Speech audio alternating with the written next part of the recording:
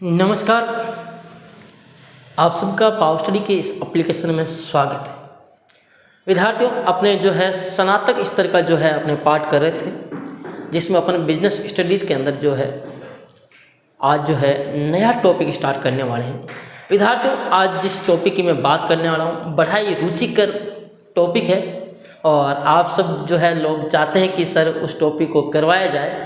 बड़ा जो है रुचिकर टॉपिक है और जहाँ से जो है अच्छे खासे प्रश्न आते हैं और बड़ा भी टॉपिक है और आप लोगों ने उसको जो है बहुत जगह पढ़ा भी है, तो आपको अच्छे से समझ में भी है आएगा। विद्यार्थी, मैं बात करने वाला हूँ उस टॉपिक की जिसका नाम है प्रबंध के कार्य। विद्यार्थियों, प्रबंध के कार्य जो टॉपिक है ये बड़ा जो है अच्छा टॉपिक है। उससे पहले अपन जो है सीनियर सेकेंडरी लेवल में जो है प्रबंध के सिद्धांत को पढ़ चुके हैं, प्रबंध का अर्थ क्या होता है इस टॉपिक को अपन पहले डिटेल में पढ़ चुके हैं। अब अपन बात करें स्नातक स्तर के टॉपिक की, प्रबंध के कार्य। विद्यार्थियों, जो पाठ्यक्रम की बात करें उसके अंतर्गत जो आपके कार्य देते हैं उसमें आपके जो नियोजन है यानी जिसे प्लानिंग कहते हैं। बात करें नंबर 2 संगठन ऑर्गेनाइजेशन। बात करें नंबर 3 यानी कि नियुक्तिकरण जिन्हें स्टाफिंग कहते हैं। बात करें नंबर 4 डायरेक्शन यानी कि जिसे निर्देशन कहते हैं। और बात करें नंबर 5 नियंत्रण यानी कि जिसे कंट्रोल बोलते हैं। विद्यार्थियों, ये जो है आपके पाठ्यक्रम में जो है दिया हुआ है, जो पहले का पाठ्यक्रम है अभी जो है, और पाठ्यक्रम आपको पता है बदलाव होने की संभावना है और नाक के बराबर है वाणिज्य का वही पाठ्यक्रम रहने वाला है। यानी कि लास्ट टाइम भी 130 क्वेश्चन आए थे और इस बार भी जो है आपके 130 प्रश्न है जो आपके सब्जेक्ट से आएंगे। विद्यार्थियों, लास्ट टाइम आपको पता है जो मनोविज्ञान है उसको पार्ट को बिना वहाँ कम किए 20 प्रश्न आए थे, यानी पहले 30 आया करते थे जबकि पिछली बार 20 प्रश्न आए थे। इस बार आपको पता है कि वहाँ से कुछ पोर्शन हटा करके आपके प्रथम पेपर में कर दिया गया है। यहाँ से बात करें विद्यार्थियों, प्रबंध के कार्य टॉपिक से लास्ट टाइम यानी 2022 वाली वैकेंसी में 2022 की जो भर्ती थी उसमें जो है आपके यहाँ से कुल कितने प्रश्न आए थे भाई? 4 प्रश्न आए थे। कितने प्रश्न आए थे? 4 प्रश्न आए थे 8 अंक के। वैसे टोटल प्रबंध से बात करें, संपूर्ण प्रबंध की मैं बात करूं जिसमें आपके जो है जिसमें प्रबंध का अर्थ की बात करूं, प्रबंध अर्थ सिद्धांत और कार्य यानी कि मैं बात करूं सभी को शामिल कर लेता हूं, जिसमें आपका सीनियर सेकेंडरी का हो और चाहे बात करें अपने ग्रेजुएशन लेवल का, तो उसमें से टोटल आपके कितने क्वेश्चन आए थे? 7 प्रश्न आपके आए थे। कितने प्रश्न आए थे? 7। और ये सातों के सातों प्रश्न जो है पावर स्टडी के नोट्स में और मॉडल पेपर में है। आप चेक करना, यानी कि पिछले नोट्स की बात कर रहा हूँ, ओल्ड नोट्स में आप चेक करना, आपको ये सातों प्रश्न आपको मिल जाएंगे विद लाइन। और आपको जो है प्रश्न, कुछ प्रश्न इन सातों में से 4 प्रश्न तो आपको विद ऑप्शन सहित मॉडल पेपर में मिल जाएंगे। बात करते हैं विद्यार्थियों, इसी टॉपिक की करते हैं शुरुआत प्रबंध के कार्य की। उससे पहले हम थोड़ी सी जो है कुछ एक्स्ट्रा बातें जो है पढ़ लेते हैं। मैं यहाँ बात कर रहा हूँ विद्यार्थियों आपके सामने प्रबंध की विचारधाराएं। विचारधाराएं क्या होती है? आप जानते हैं कि जो अलग अलग व्यक्ति है अलग अलग समय पर उनका अलग अलग क्या होता है भाई? मत होता है। और उस मत के अकॉर्डिंग अपनी अपनी क्या होती है? एक थॉट होता है, अपनी एक विचार होता है, उसे अपन क्या कहते हैं? उसकी ये विचारधारा है। आप देखते हैं कि किसी की राजनीतिक विचारधारा अलग हो सकती है, किसी की धार्मिक विचारधारा अलग हो सकती है। उसी प्रकार अपन बात करें प्रबंध की विचारधाराएं, तो आपको पता है कि प्रबंध के जो विद्वान थे उन्होंने जो है अपने अपने ढंग से जो है अपनी अपनी विचारधाराएं रखी, उसे अपन प्रबंध की विचारधाराएं कहते हैं। जो समय समय पर जो है समय के अनुसार, परिस्थितियों के अनुसार, उनके खुद के सोचने के अनुसार उन्होंने परिवर्तनशील उनके अनुसार उन्होंने बढ़ाई। विद्यार्थियों, सबसे पहले मैं बात करने वाला हूँ विचारधाराएं, इसलिए बता रहा हूँ क्योंकि वहाँ से जो है एक बार, अब तक कॉमर्स में एक बार यहाँ से प्रश्न पूछा गया है, इसलिए थोड़ा सा अपन इनको देखेंगे। ज़्यादा अपने जानकारी डिटेल में जाना जरूरी नहीं है, थोड़ा इसलिए देखेंगे कि यहाँ से एक सीधा सीधा प्रश्न पूछ लिया जाता है कौन सी विचारधारा जो है किससे संबंधित है, यानी चिर प्रतिष्ठित विचारधारा है या आपके जो है आधुनिक विचारधारा है। तो इसके लिए जो है अपन को थोड़ा सा उसको पढ़ना होगा क्योंकि एक बार ये प्रश्न पूछा गया है। अब तक स्कूल व्याख्याता वाणिज्य के इतिहास में अब तक एक बार ऐसा प्रश्न पूछा गया है, इसलिए अपन थोड़ा सा देख लेते हैं। वैसे आपको ये गाइड वाले जो गाइडें आती है मार्केट में, कोचिंग वाले नहीं बताने वाले, सीधी सी बात है। बात करूँ मैं प्रबंध की विचारधारा, तो सबसे पहले मैं बात करने वाला हूँ चिर प्रतिष्ठित विचारधाराओं की मैं बात करने वाला हूँ, यानी कि जो प्राचीनतम विचारधारा है,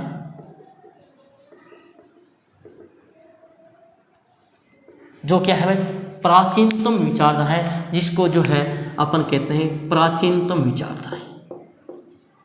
जो पुरानी विचारधारा है, प्राचीनतम है, उनकी मैं बात करूं, उनको अपन बोलते हैं, वो विचारधारा आपकी चिर प्रतिष्ठित विचारधारा है, यानी कि जिसे अंग्रेजी में जो अपन क्या बोलते हैं, क्लासिकल बोलते हैं। क्या बोलते हैं भाई, क्लासिकल। क्या बोलते हैं, यानी क्लासिकल थॉट्स की मैं बात करना, और क्या बोलते हैं अंग्रेजी में, ध्यान रखना, क्लासिकल।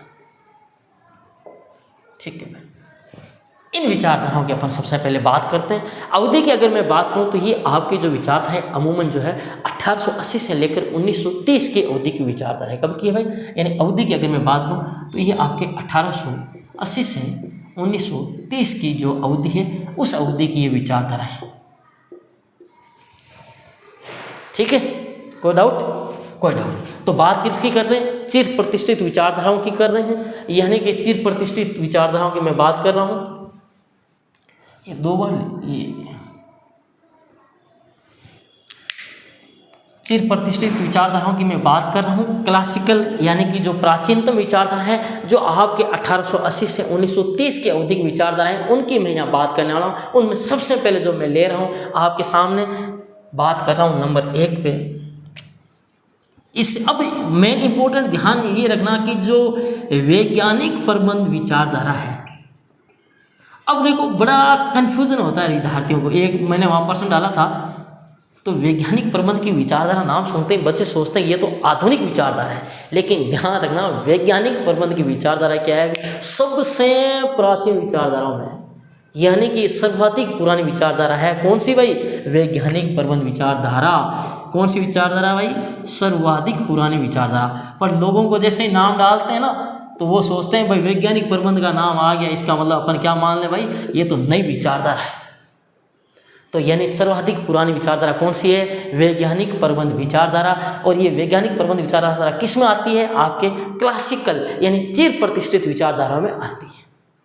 अब भाई इसका जो है जनक कौन है, सीधी सी बात है, मैं पहले बता चुका हूँ वैज्ञानिक प्रबंध का जनक कौन है, FW टेलर, फ्रेडरिक विस्लो टेलर, जिसका पूरा नाम था भाई।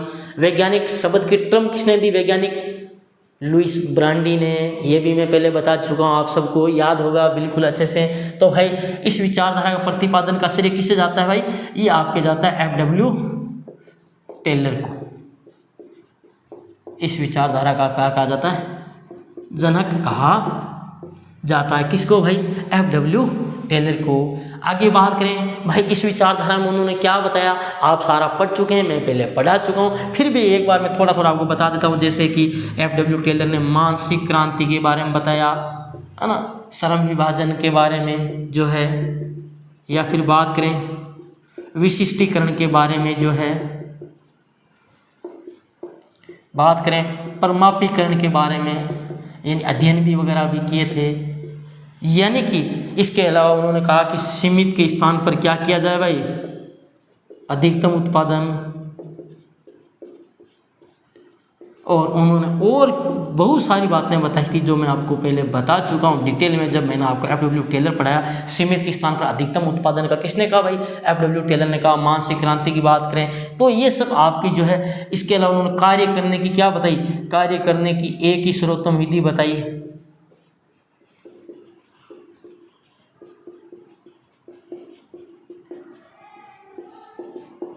तो भाई ये सारी चीज़ें जो आपके किस में है भाई, ये सारी चीज़ें आपके किस में आती है, वैज्ञानिक प्रबंध विचारधारा में है।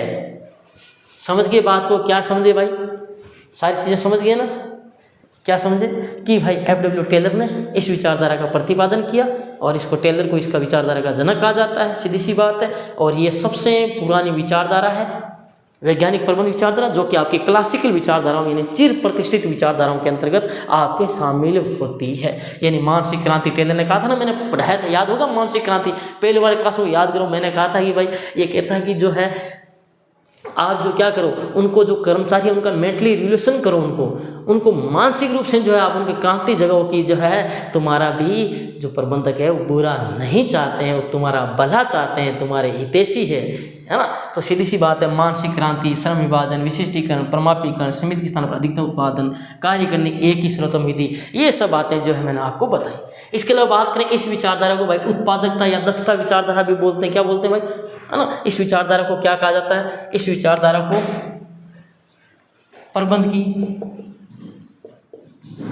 प्रबंध की उत्पादकता या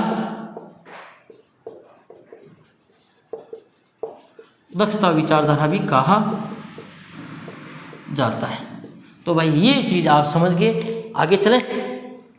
तो प्रबंध की उत्पादकता या दक्षता विचारधारा भी इसे कहा जाता है।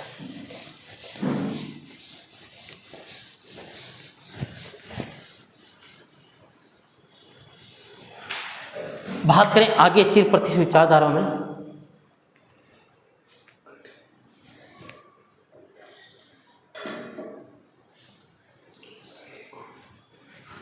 बात करें नंबर 2 प्रशासकीय या प्रक्रिया विचारधारा। यह भी मैं पहले बता चुका हूँ, एक मैंने परिभाषा बताई थी आपको प्रक्रिया से रिलेटेड, याद होगी आपको भाई। तो आप समझ गए होंगे कि भाई ये विचारधारा किसने दी भाई, सीधी सी बात है, प्रक्रिया विचारधारा किसने दी भाई, अरे किसने दी, हेनरी फ्योल ने, पहले बता भी चुका हूँ। हेनरी फ्योल का इसका जनक कहा जाता है, सीधी सी बात है। कौन सी विचारधारा को, प्रशासकीय या प्रक्रिया विचारधारा को।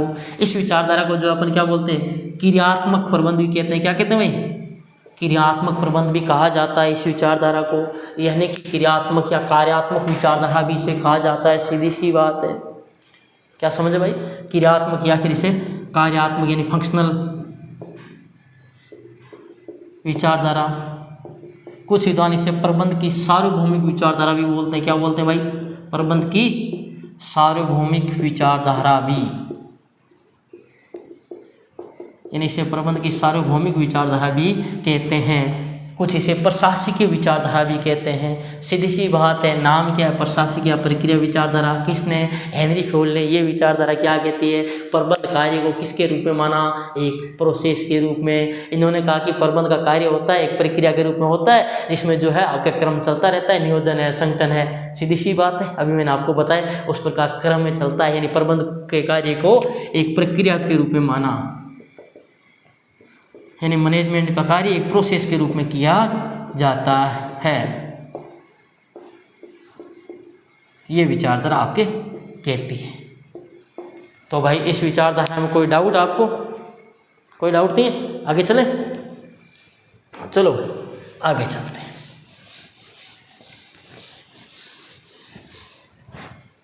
आगे चलते हैं नंबर 3 पे अपन देखते हैं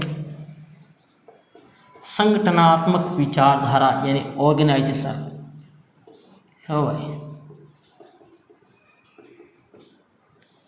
अब बात कर रहे हैं संगठनात्मक विचारधारा की। चिर प्रतिष्ठित विचारधारा में किसकी बात करें, संगठनात्मक विचार। इसके विकास का श्रेय किसे जाता है भाई, इसके विकास का श्रेय किसे जाता है, यानी इस विचारधारा का प्रतिपादन का श्रेय किसके जाता है भाई, मैक्स वेबर को।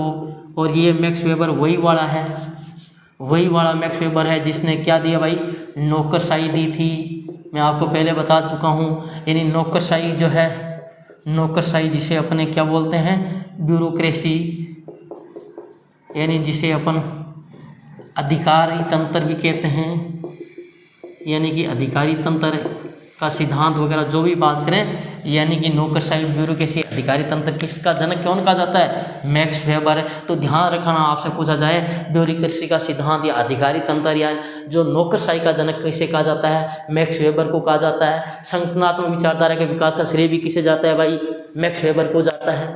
अब भाई इस संगठनात्मक विचारधारा के विकास में मैक्स वेबर के साथ जो योगदान किन्होंने दिया उनकी बात कर लें तो भाई योगदान दिया आपके चेस्टर बर्नार्ड ने, है ना। और साथ में और बात कर लें हर्बर्ट साइमन ने। ये हर्बर्ट साइमन वही निर्णय वाला है, ये बात भी ध्यान रखना। तो भाई योगदान चेस्टर बनार्ड ने दिया, हर्बर्ट साइमन ने दिया, विकास का श्रेय मैक्स वेबर को जाता है। मैक्स वेबर जो है नौकरशाही ब्यूरोक्रेसी या अधिकारी तंत्र की बात करें, उसका जो है आपका किसे कहा जाता है, जनक।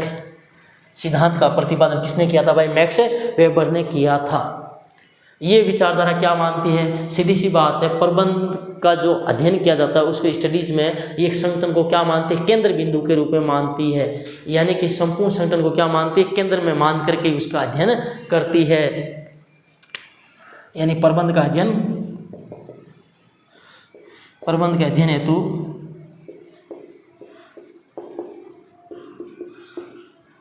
संपूर्ण संगठन को केंद्र बिंदु मानती है।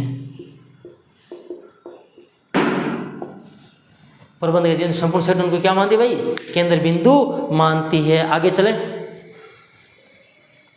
तो भाई ये आपको मैंने जो है चिर प्रतिष्ठित जो है विचारधाराएं थी वो मैंने आपको बता दी है। तो मैंने चिर प्रतिष्ठित विचारधाराओं आपको क्या क्या बता दिया भाई, आप समझ गए होंगे। मैंने जो है आपको चिर प्रतिष्ठित विचारधाराओं में जो है F.W. टेलर की वैज्ञानिक प्रबंध विचारधारा बता दी ना, हेनरी फ्योल की प्रशासकीय या प्रक्रिया विचारधारा बता दी, और नंबर 3 मैंने आपको जो मैक्स वेबर ने जो है संगठन विचारधारा दी वो बता दी। तो ध्यान रखना ये तीनों विचारधाराएं, टेलर वाली, फ्योल वाली और मैक्स वेबर वाली, यानी कि वैज्ञानिक प्रबंध, प्रशासकीय या जिसे प्रक्रिया विचारधारा, और बात करें संगठनात्मक विचारधारा, किस में आती है, चिर प्रतिष्ठित विचारधाराओं में, क्लासिकल विचारधाराओं के अंतर्गत आती है। कोई डाउट, आगे चलते हैं।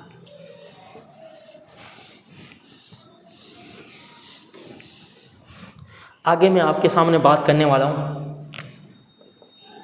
नव प्रतिष्ठित विचारधारा,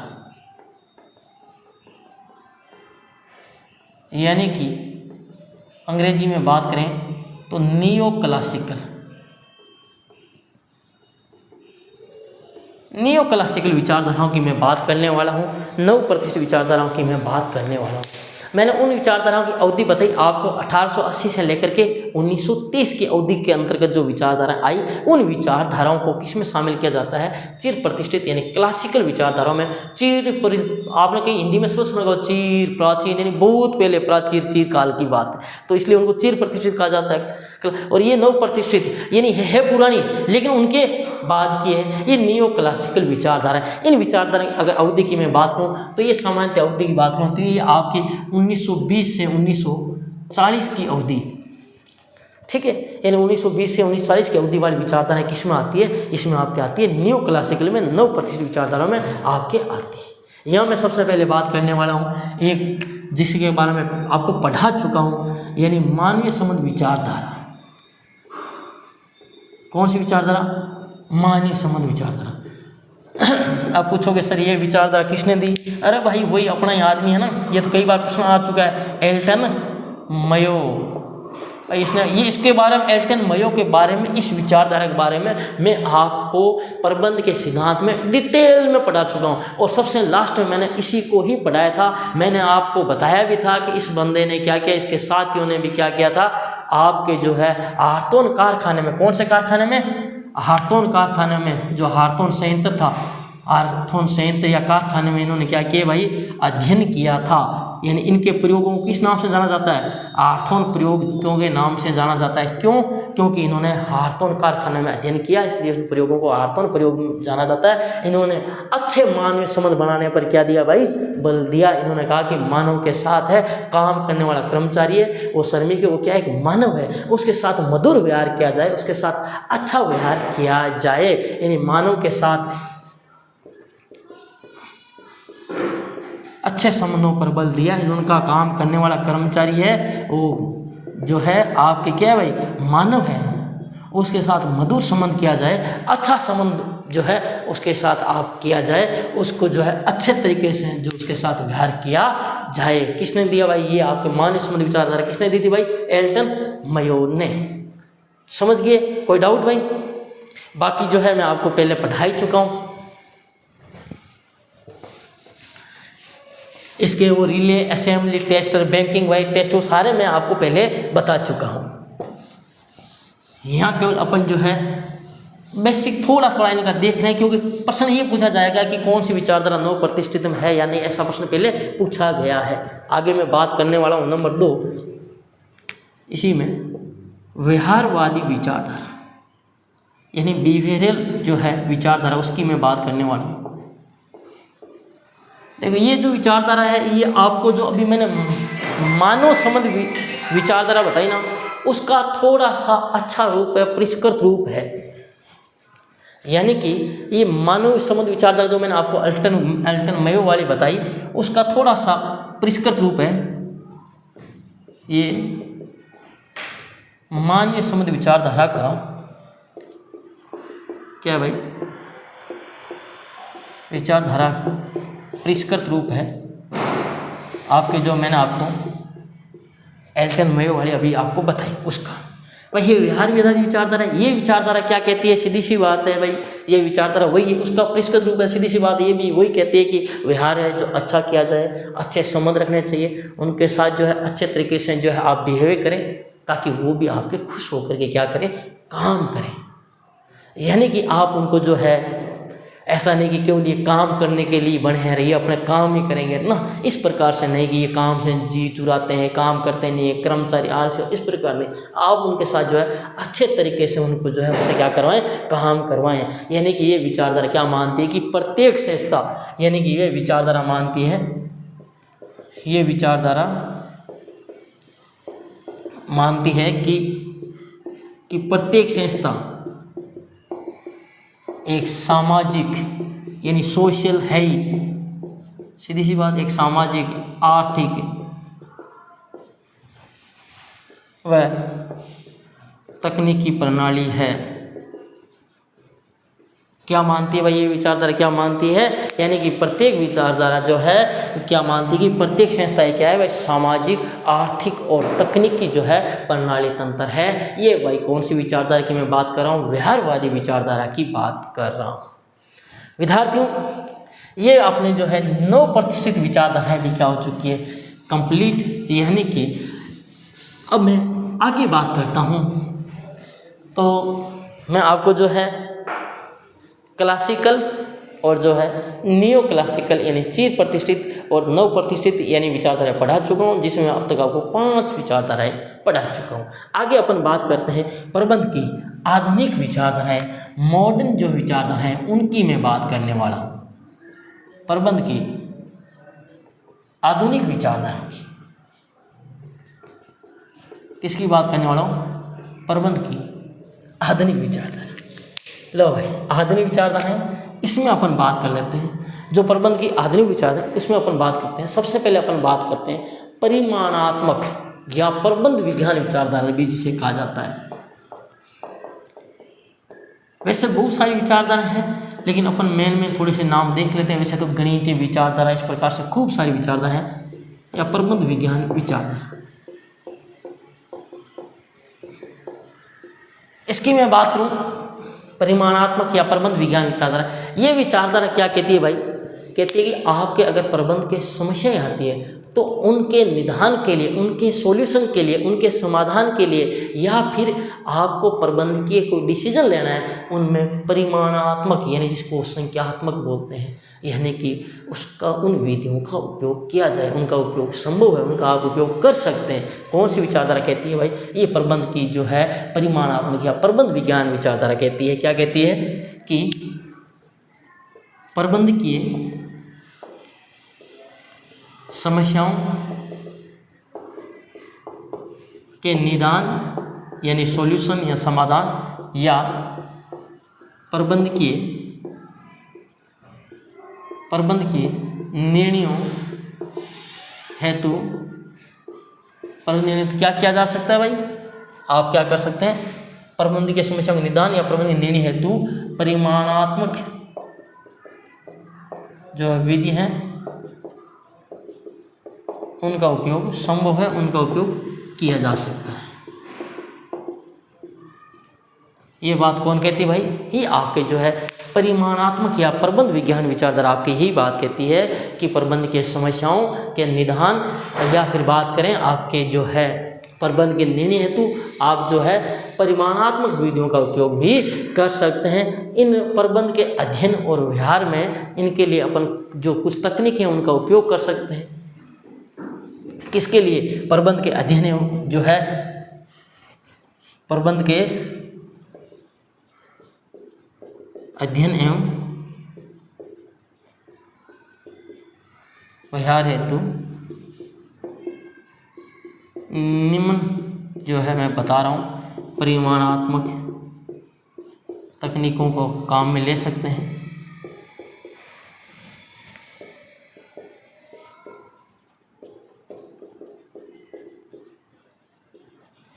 को जैसे संभाविता सिद्धांत,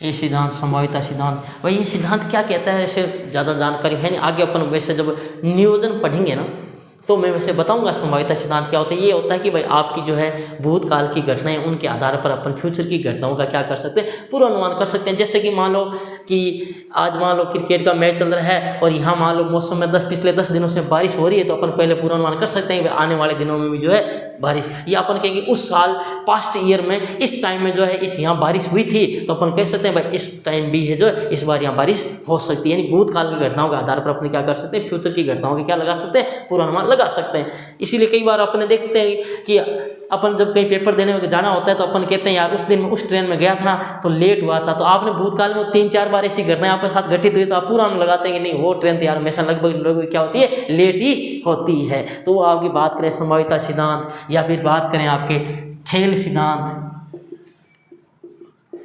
है ना, या निर्देशन सिद्धांत, या फिर लाइनियर प्रोग्रामिंग होती है जिसे रेखीय कार्यक्रम कहते हैं, रेखीय कार्यक्रम, यानी इनका क्या किया जा सकता है आपका उपयोग, इन परिमाणात्मक तकनीकों का उपयोग कर सकते हैं। आगे बात करें आधुनिक विचारधारा में, आगे और बात कर लेते हैं। आधुनिक विचारधारा में नंबर 2 बात कर लेता हूँ,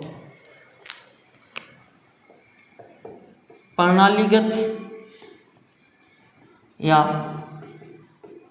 तंत्र में विचारधारा।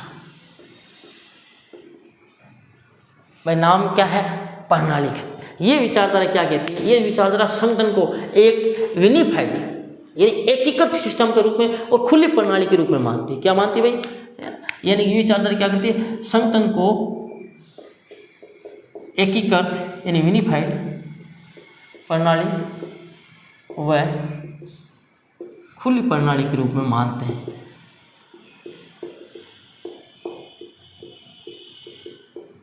और ज़्यादा इस विचारधारा में कुछ है नहीं, ठीक है। ये प्रणाली की विचारधारा यानी ओपन सिस्टम या बात करें यूनिफाइड सिस्टम की बात करें, ये विचारधारा आपकी मानती है। आगे चलते हैं अपने,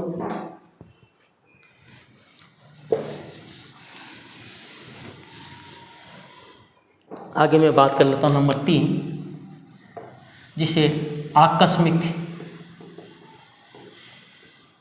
परिस्थितिगत या जिसे सांयोगिक विचारधारा। देखो सांयोगिक नाम आते ही कुछ याद आया, मैंने अनुबंध में आपको एक सांयोगिक अनुबंध भी पढ़ाया था, रहता ना, धारा कौन सी में बताया था, याद करना, देखिए 30 में बताया था, 31 में बताया था, सोचना देखिए। तो मैं बात कर रहा हूँ आकस्मिक परिस्थितिगत या सांयोगिक विचारधारा। ये विचारधारा क्या कहती है, यानी कि सीधी सी बात है, आकस्मिक परिस्थितियों की बात करिए। ये विचारधारा कहती है कि प्रबंधक है वो बंदा वही व्यवहार करता है जो परिस्थितियाँ क्या करती है, मांग करती है। यानी परिस्थितियों की जो मांग होती है उसको उसके अकॉर्डिंग उसको क्या करना पड़ता है, व्यवहार करना पड़ता है, उसके अकॉर्डिंग उसको निर्णय लेना पड़ता है। और निर्णय लेते समय उसको ये भी ध्यान रखना पड़ता है कि उसके निर्णय के कारण आगे परिस्थितियाँ कैसी होगी। सीधी सी बात है, यानी कि प्रबंधक पहले से कुछ नहीं कर सकता, ये विचारधारा की कुछ नहीं कर सकता, वो तो उन सिचुएशन में डिसीजन लेता है कि वो क्या सिचुएशन हुई, फिर वो क्या डिसीजन लेता है, समझे। यानी कि प्रबंधक वैसा ही व्यवहार करता है। सीधी सी बात है, अगर आपके कारखाने में आग लगी है तो उसमें प्रबंधक उस सिचुएशन में आग के लिए तुरंत जो है आग को बुझाने का सोचेगा। यानी आकस्मिक विचारधारा कहते हैं कि वो प्रबंधक हमेशा डिसीजन जो है क्या लेता है, परिस्थिति के अकॉर्डिंग लेता है, सिचुएशन में लेता है। यानी कि प्रबंधक वही व्यवहार करता है, प्रबंधक वही व्यवहार करता है जो समय की क्या होती है भाई, मांग होती है, या समय, या बात करें जो परिस्थितियों की क्या होती है,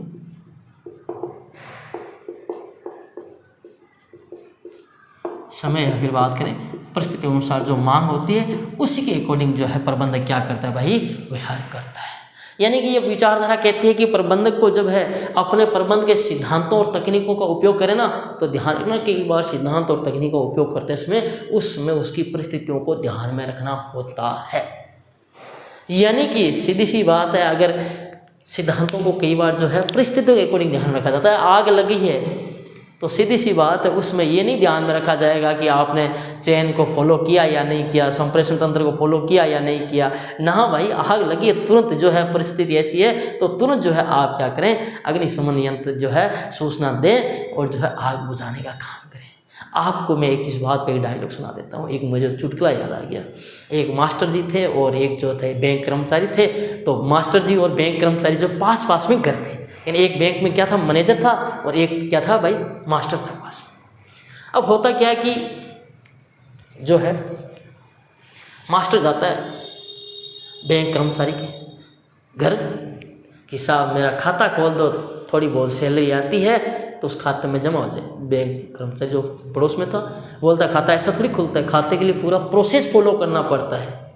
खाते के लिए क्या करना पड़ता है, पूरा प्रोसेस फॉलो करना पड़ता है। आप जो है अनुमति लेकर के जो है यहाँ से बैंक जाएंगे, बैंक में फॉर्म लेंगे, उसके बाद जमा करें। घर पे थोड़ी खाता खुलता है, पूरा प्रोसेस फॉलो। ठीक है, थोड़े दिनों बाद की घटना है, संयोग ऐसा हुआ कि जो है बैंक मैनेजर थे, उनके घर पे आग लगी। सारे मोहल्ले वाले इकट्ठे हुए, कोई पानी जो है बाल्टी लेके दौड़ रहा है, कोई मग लेकर, कोई रेत लेकर पानी डाल रहा है। आप रात भर का मचा, आग का माहौल है। 3-4 दिन बाद में बैंक कर्मचारी मास्टर जी मिलते। बैंक कर्मचारी कहते हैं, मास्टर जी आग लगी थी मेरे घर पे, सारे मोहल्ले वाले, आप पड़ोस में थे, आप कहीं मुझे आग बुझाते दिखे नहीं। मास्टर जी बोले, क्या बताऊँ सर, इसके लिए ना पूरा प्रोसेस फॉलो करना पड़ता है। और जो है प्रोसेस आपने वही बात, प्रोसेस फॉलो करना पड़ता है। तो सीधी सी बात है, क्या फॉलो करना पड़ेगा, प्रोसेस फॉलो करना पड़ेगा। मेरे को जो है पहले विभाग से अनुमति लेनी पड़ेगी, मेरे पास सूचना पहुंचानी चाहिए कि पड़ोस में आग लगी है। मैं फिर अपने जो है तय कायदे से, नियमों के अनुसार, समय के अनुसार आऊँगा, पूरा प्रोसेस। तो सीधी सी बात है, ये कहता है, ये आकस्मिक विचारधारा कहती है कि प्रबंध के सिद्धांत और तकनीकों को जब लागू किया जाता है तो ध्यान रखना कि उसमें की परिस्थितियाँ कैसी है। समझिए, यानी कि ये प्रबंध के सिद्धांत एवं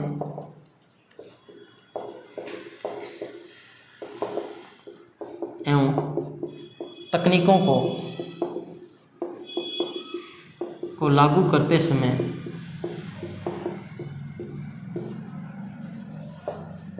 प्रबंधकों को उस समय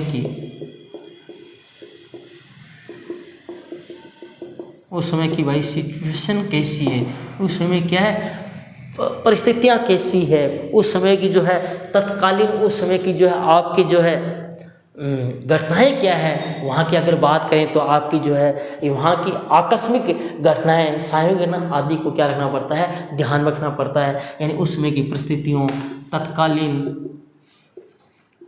प्रसंगों, यानी उस समय जो है आपके प्रसंग क्या है, तत्कालीन प्रसंगों, या फिर बात करें आकस्मिक या फिर सामूहिक घटनाओं को ध्यान में रखना होता है।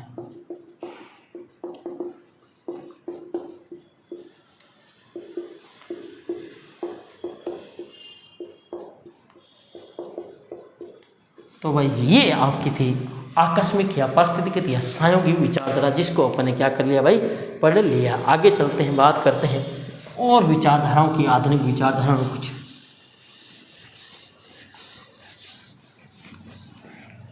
मैं यहाँ बात कर ले रहा हूँ प्रबंध की भूमिका विचारधारा, जिसको अपन आगे डिटेल में पढ़ेंगे।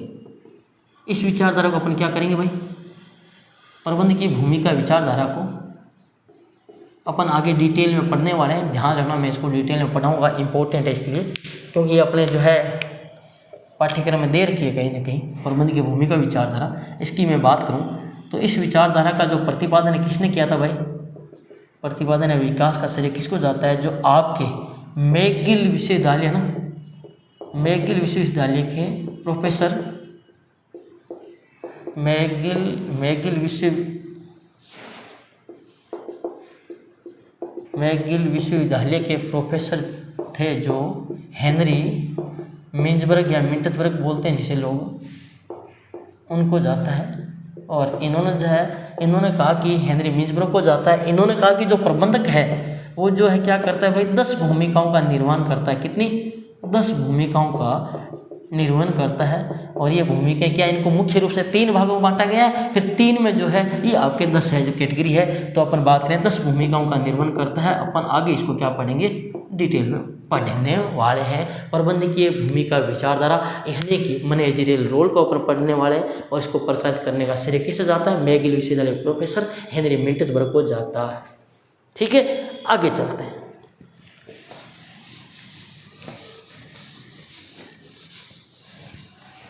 आगे मैं बात करने वाला हूँ नंबर 5, श्रेष्ठ कंपनी विचारधारा।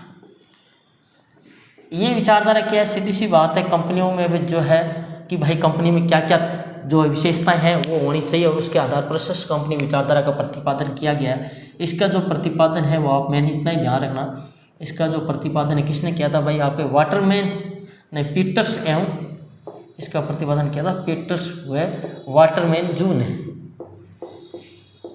जू द्वारा इसका प्रतिपादन किया गया था। ठीक है, और इस विचारधारा को जो है आपके वीरिच और पुंज ने जो इसे प्रबंधकीय विश्लेषण की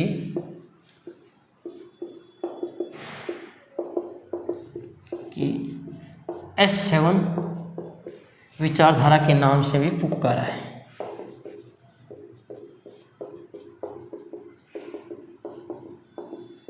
नाम से संबोधित किया किसने भाई, वीरिच और कुंज ने। ठीक है, समझ गए, क्या समझ गए भाई। बात कर रहे थे श्रेष्ठ कंपनी विचारधारा की जो आपके पीटर्स और वाटरमैन जू द्वारा इसका प्रतिपादन किया गया है। और इस विचारधारा को जो है वीरिच और कुंज ने किस नाम से, प्रबंधकीय विश्लेषण की S7 विचारधारा के नाम से संबोधित किया है।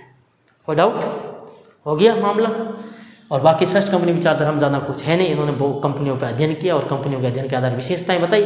8 विशेषताएं बताई कि ये विशेषताएं होती है वो कंपनी श्रेष्ठ होती है। कई कंपनियों में ये विशेषताएं ज़्यादा होती है, कई में कम होती है, लेकिन सभी में ये विशेषताएं होती जरूर है। तो विद्यार्थियों, इस प्रकार जो है हमने जो है प्रबंध की विचारधाराओं में जो है आपके जो है चिर प्रतिष्ठित विचारधारा हो, नव प्रतिष्ठित विचारधाराएं हो या फिर आधुनिक विचारधाराएं, महत्वों को पढ़ लिया है।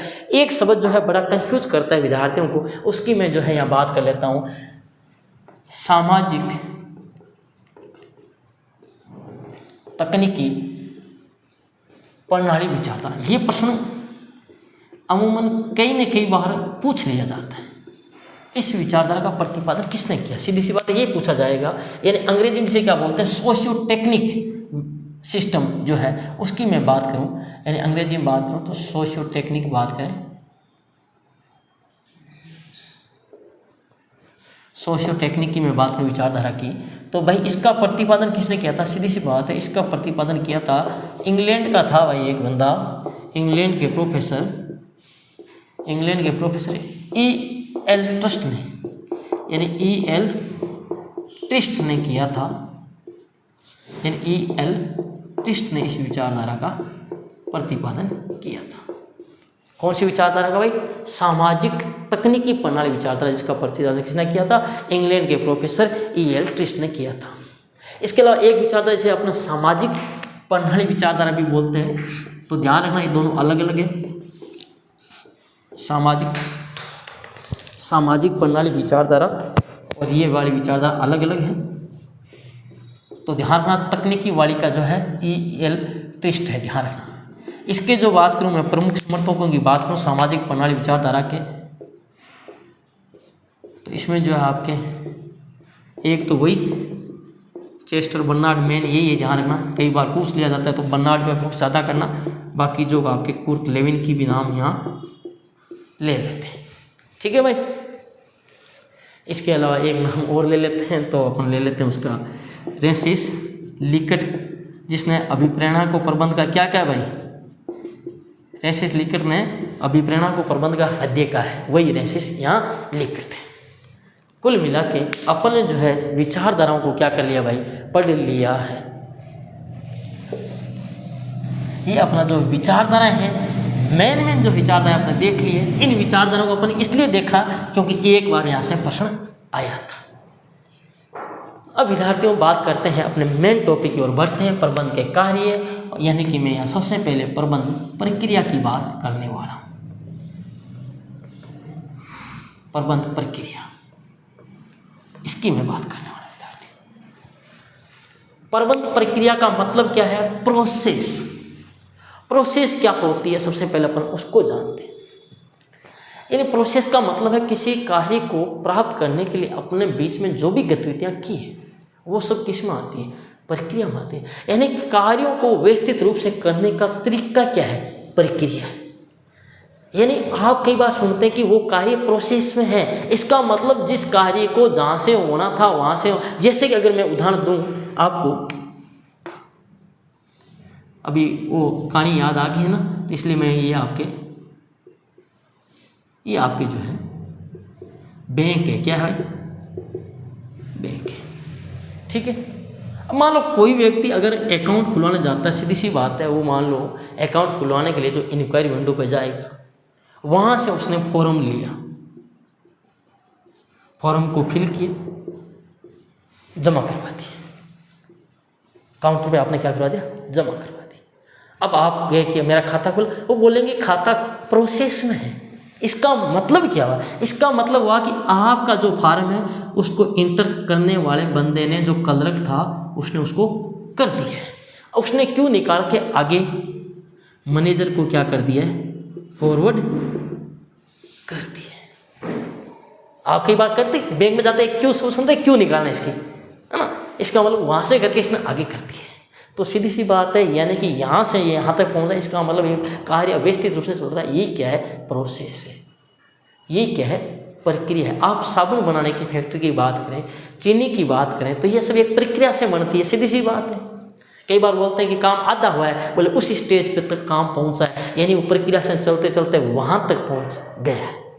समझो? तो अपन प्रबंध प्रक्रिया की बात करने वाले विद्यार्थियों, यानी कि प्रबंध प्रक्रिया की अपन बात करने वाले हैं। यानी प्रबंध किसी कार्य को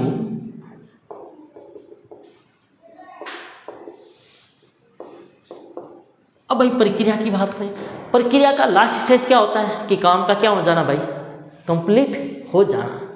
यानी कि जहाँ प्रक्रिया स्टार्ट होती है वहाँ से लेकर एंड तक प्रोसेस में क्या होता है? काम आपका क्या हो जाता है? कंप्लीट हो जाता है। यानी कि प्रबंध किसी कार्य को करने अथवा काम कराने की एक निश्चित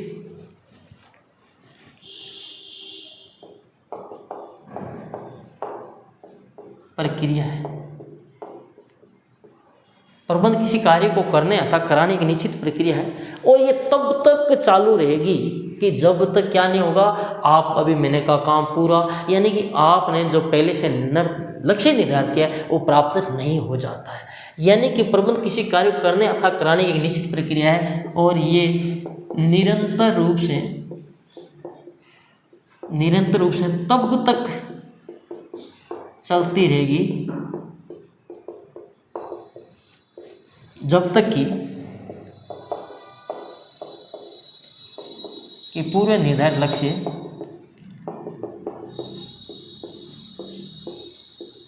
प्राप्त नहीं कर लिया जाता है। सीधी सी बात है, मैंने कहा कि भाई इस बंदे को खाता खुलवाना है, तो भाई जब खाता खुलेगा तब तक ये प्रोसेस चलती रहेगी। बोले काम किस में किया है? काम किस में चल रहा है? प्रोसेस में चल रहा है। अब यहाँ बात कर लेते हैं प्रबंध प्रक्रिया से रिलेटेड एक महत्वपूर्ण विद्वान स्टोनर की परिभाषा, जिन्होंने इतनी शानदार परिभाषा दी है, जो मैंने अभी आपको ऐसे शब्दों में बोलते बोलते बताई दी थी। स्टोनर के जो है, इन्होंने क्या था? प्रबंध, इन्होंने कहा कि प्रबंध प्रक्रिया क्या है भाई? कार्यों को सिस्टमेटिक ढंग से करने का तरीका है और कुछ नहीं है। क्या कहा? प्रबंध प्रक्रिया कार्यों को व्यवस्थित रूप से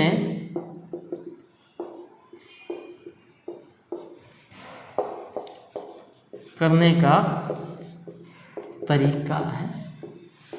ये ध्यान रखना इम्पोर्टेंट है, ये इम्पोर्टेंट है। स्टोनर ने क्या कहा था? प्रबंध प्रक्रिया कार्यों को व्यवस्थित रूप से करने का तरीका है। किसने कहा था? स्टोनर ने। समझ गए? यानी कि कार्यों को क्या करना? सिस्टमेटिक ढंग से करना। ऐसा नहीं हो कि भाई बैंक वाला खाता वो चैनल क्यों बनाए बिना सीधा बैंक मैनेजर के पास है, बैंक मैनेजर बोले यार तेरे को सिस्टम का पता नहीं है क्या, सिस्टमेटिक ढंग से तो मेरे पास लेकर का वापिस फाइल फेंक। यानी कि कार्यों को व्यवस्थित रूप से करने का तरीका ही प्रबंध प्रक्रिया है। समझे बात को? चलो आगे चलते हैं। अब अपन प्रबंध प्रक्रिया की विशेषताएं देख लेते हैं थोड़ी सी।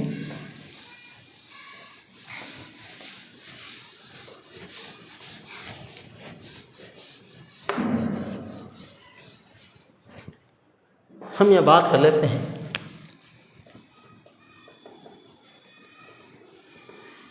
यानी मैनेजमेंट प्रोसेस की विशेषताएं बात कर रहा हूं।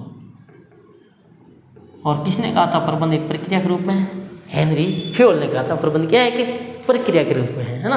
तो प्रबंध प्रक्रिया की अगर बात करें, विशेषताओं की बात करें कि प्रबंध प्रक्रिया है, तो भाई प्रबंध क्या है भाई? सीधी सी बात है, सीधी सी बात है। मैंने कहा कि प्रबंध, पहले मैं आपको पढ़ा चुका हूँ प्रबंध का अर्थ में कि प्रबंध क्या है भाई? एक निरंतर चलने वाली क्या है? प्रक्रिया है। प्रबंध क्या है? सार्वभौमिक प्रक्रिया है। मैं ये सारी बातें बता चुका हूँ। प्रबंध एक मानवीय क्रिया है ना। प्रबंध एक सामाजिक प्रक्रिया है। प्रबंध एक सार्वभौमिक क्रिया है। ये सारी बातें मैं आपको पहले बता चुका हूँ। अपन यह बात कर लेते हैं प्रबंध प्रक्रिया विशेषताओं की। तो प्रबंध क्या भाई? जटिल है, गतिशील। गतिशील यानी डायनेमिक, जो वातावरण के अनुसार क्या होती रहती है भाई?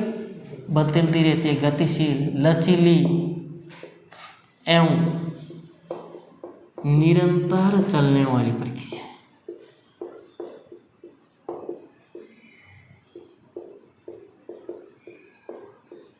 लो भाई समझ गए? क्या समझे भाई? प्रबंध क्या है? प्रबंध जटिल, गतिशील, लचीली एवं निरंतर चलने वाली प्रक्रिया है। कोई डाउट?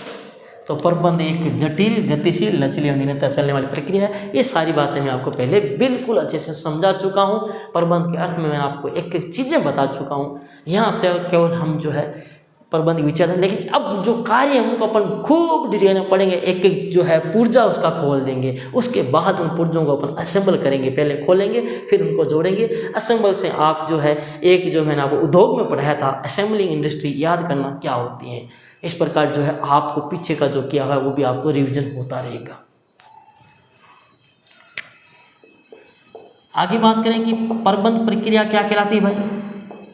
प्रबंध प्रक्रिया प्रबंध प्रतिरूप, यानी जिसे अपन प्रतिरूप भी कहलाती है। यानी कि मैनेजमेंट मॉडल की मैं बात कर लूँ कि मैनेजमेंट मॉडल भी कहलाती है। किसकी बात की भाई? प्रबंध प्रक्रिया प्रबंध प्रतिरूप मैनेजमेंट मॉडल भी कहलाती है।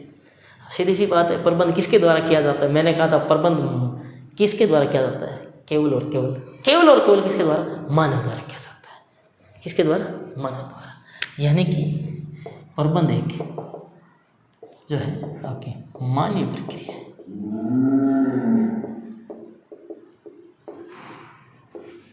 इसीलिए मैंने आपको एक कथन बताया था, मैंने आपको एक विद्वान का शानदार कथन बताया था कि जो आपका नहीं होता क्या चिड़ियाघर, या फिर बात करें आपका जो सर्कस नहीं होता क्या सर्कस, सर्कस में जो ट्रेनर होता ना, जो हाथी से फुटबॉल कुदवा देता है, इसलिए सर्कस का कहा था कि सर्कस में काम करने वाला व्यक्ति पशु पक्षियों को जो नियंत्रित करता है वो प्रबंधक नहीं हो सकता, एक प्रशिक्षक होता है। उसे इसलिए प्रबंधक नहीं कहा जाता, उसे क्या कहा जाता है? ट्रेनर कहा जाता है, ना कि उसे मैनेजर कहा जाता है।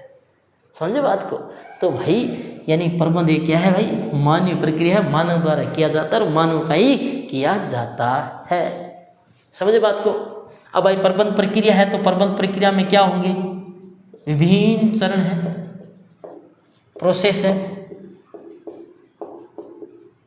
विभिन्न चरण एवं तत्व होते हैं। और उन प्रोसेस जो चरण है मोस्टली उनका नाम अपन पढ़ चुके हैं, उनको आगे पढ़ने वाले उनकी पहले रूपरेखा बना रहे हैं अपन। प्रबंध प्रक्रिया में विभिन्न चरण होते हैं, उस प्रोसेस में मैनेजमेंट करने में, यानी कि मैनेजमेंट प्रोसेस क्या है कि प्रबंध करने में किन किन चरणों को फॉलो करके अपन कहते हैं कि हमने अच्छा प्रबंध किया, उसकी अपन बात करने वाले हैं सही शब्दों में अगर आप समझे तो।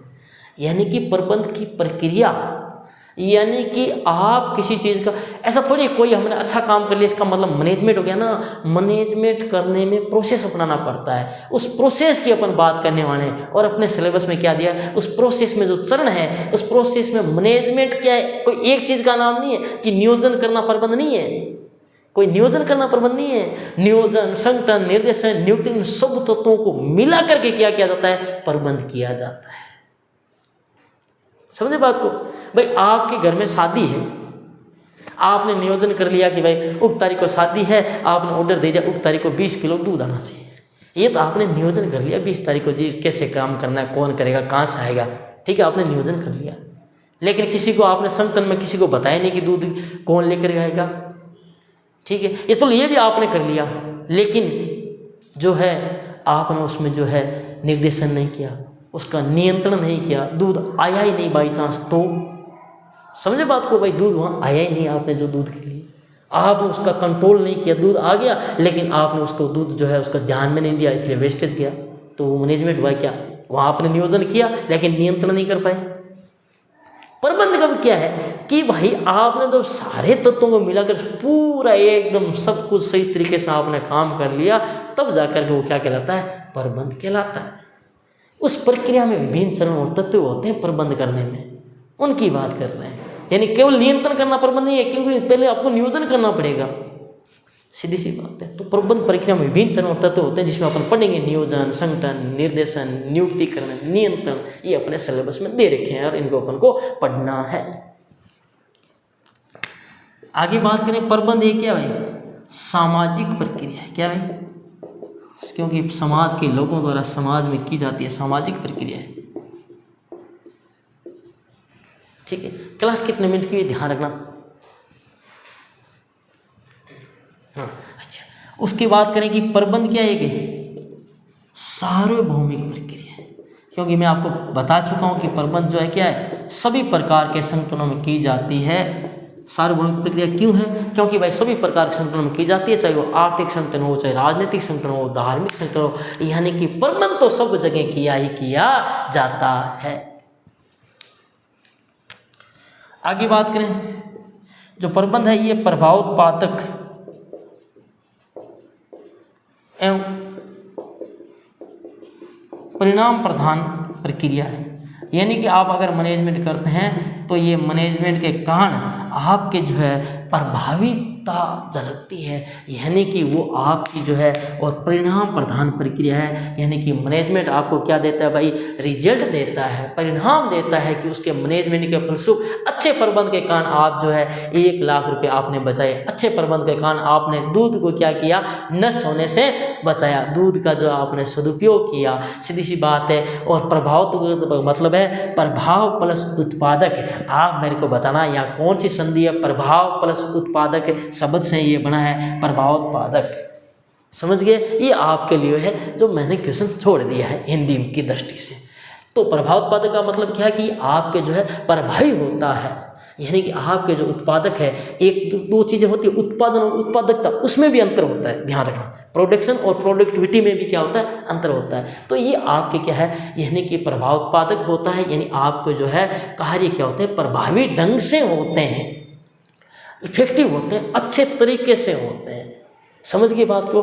तो भाई ये मैंने जो है आपको प्रबंध प्रक्रिया की क्या बता दी भाई, विशेषताएं बता दी। इसके अलावा बात करते हैं आगे।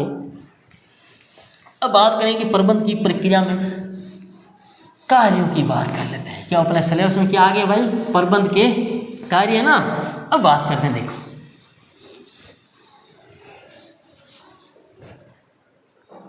प्रबंध प्रक्रिया के कार्य।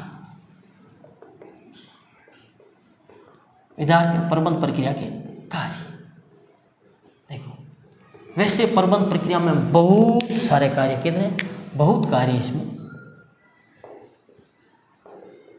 यानी चाहे प्रबंध प्रक्रिया में नियोजन है, संगठन है, नियुक्तिकरण है, निर्देशन है, समन्वय है, यानी कि संप्रेषण है, ये सब क्या है प्रबंध प्रक्रिया में कार्य है। लेकिन कुछ विद्वानों ने जो है प्रबंध प्रक्रिया के जो कार्य बताए अपन उनकी अपन कर लेते हैं बातचीत। सबसे पहले मैं बात कर लेता हूँ नंबर 1 कुंटज ओडोनल की मैं बात कर लेता हूँ। इन्होंने जो प्रबंध के कार्य बताए, यानी कि इन्होंने जो प्रबंध के कार्य बताए, सीधा मैं लिख दूँ प्रबंध के कार्य, विद्वानों के अनुसार प्रबंध के कार्य, यानी कि कुंटज ओडोनल ने जो प्रबंध के कार्य बताए उसकी मैं बात कर लूँ। भाई याद कैसे करोगे, ओडो यानी इसमें डी आएगा, यानी POSDC किसने दिया, POSDC किसने दिया, कुंटज ओडोनल ने दिया। सीधी सी बात, यानी कि ओडो डी, बस किसने दिया, डो डी, समझ गया ना। कुंटज ओडोनल ने क्या दिया, POSDC। अब इनका अर्थ देख लो, P का यानी प्लानिंग यानी कि नियोजन, O का मतलब ऑर्गेनाइजेशन यानी कि S का मतलब स्टाफिंग यानी कि नियुक्तिकरण,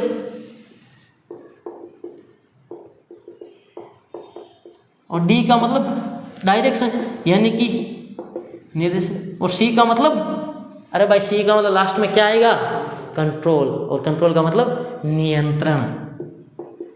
ये लो, ये किसने दिया आपके, ओडोनल ने। आगे बात कर लेते हैं हेनरी फ्यूल ने। हेनरी फ्यूल ने जो कार्य बताए ये मैं पहले बता चुका हूँ। इन्होंने बताए POCCC। अब सोचोगे सर 3 C आ गए, अरे कोई दिक्कत नहीं है, 3 आए चाहे 5 आए, क्या दिक्कत अपने, है ना।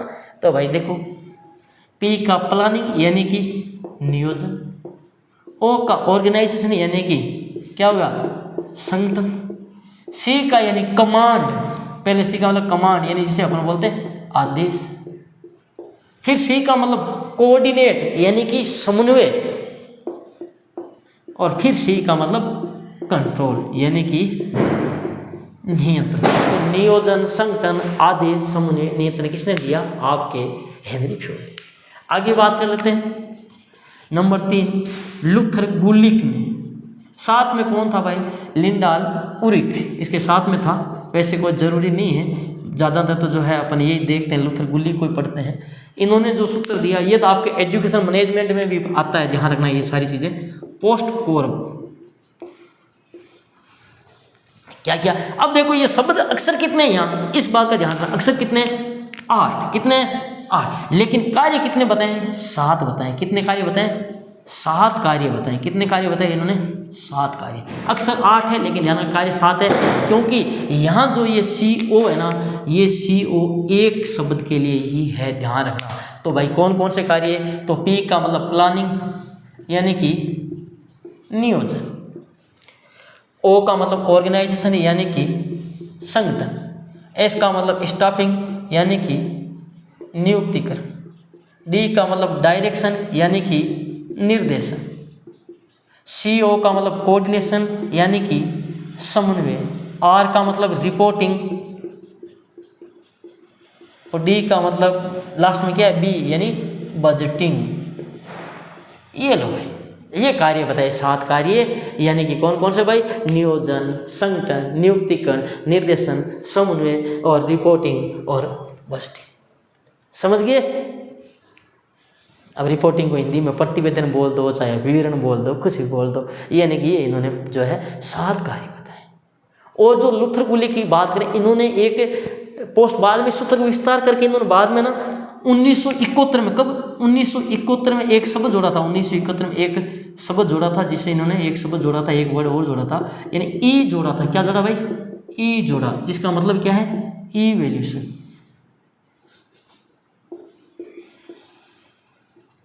किसने जोड़ा था, 1971 में इन्होंने लूथर गुलिक ने। और कहाँ पर जोड़ा था, ये POSD के बाद यहाँ जोड़ा था ई, ठीक है ना, ये जोड़ा था यहाँ, ठीक है भाई।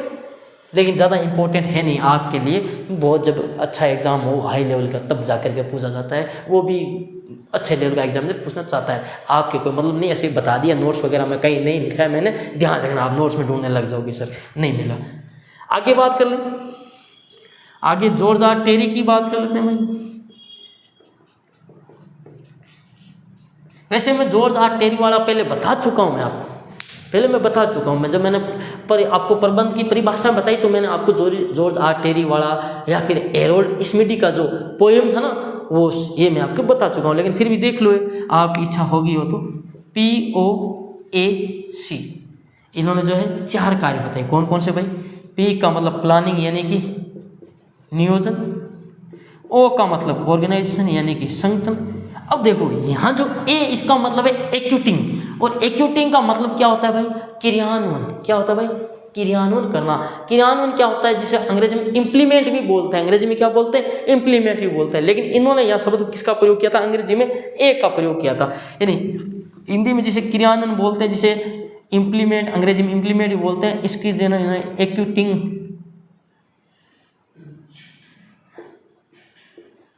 एक्यूटिंग, ये शब्द का इन्होंने प्रयोग किया था। और जो आपके लास्ट में क्या बच गया भाई? C, और C का कंट्रोल का मतलब क्या है? वही क्या भाई? वही क्या? नियंत्रण।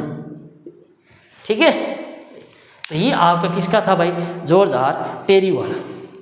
आगे जो है हेरोल्ड स्मिडी वाला वैसे बता चुका हूँ, लेकिन मैं यहाँ और लिख देता हूँ, आपकी इच्छा होगी कि हेरोल्ड स्मिडी ने जो और दिया था वो भी सर लगे हाथ लिख ही दो। वैसे मैं बता चुका हूँ, मेरी आदत नहीं है कि मैं सेम चीज़ को 2 बार। इन्होंने जो हेरोल्ड स्मिडी ने दिया था पोइम, क्या दिया था? पोइम। ये क्या है भाई? वो कहानी वाली पोइम नहीं है। यहाँ पे पोइम का मतलब क्या है भाई? P का मतलब क्या है? प्लानिंग यानी कि वही नियोजन। O का मतलब ऑर्गेनाइजेशन यानी कि क्या भाई? संगठन। ये इसकी बात कर रहा हूँ मैं, पोइम वाले की। नियोजन हो गया, संगठन हो गया। I का मतलब इंटीग्रेशन। इंटीग्रेशन का मतलब क्या होता है? एकीकरण। और M का मतलब यहाँ मेजरिंग यानी कि मापन। ये आपका हेरोल्ड स्मिडी भी होगी। तो कुल मिला के विद्यार्थियों, अपन ने जो इसका बेसिक था वो सारी चीज़ें पढ़ ली है। आगामी क्लास में अपन प्रबंध प्रक्रिया के कार्य में सबसे पहले कार्य को शुरू करने वाले हैं नियोजन को, प्लानिंग को। आप अपनी प्लानिंग कर लीजिए कि किस प्रकार स्कूल व्याख्याता बनेंगे। कल मैं आपको जो है प्लानिंग की क्लासें स्टार्ट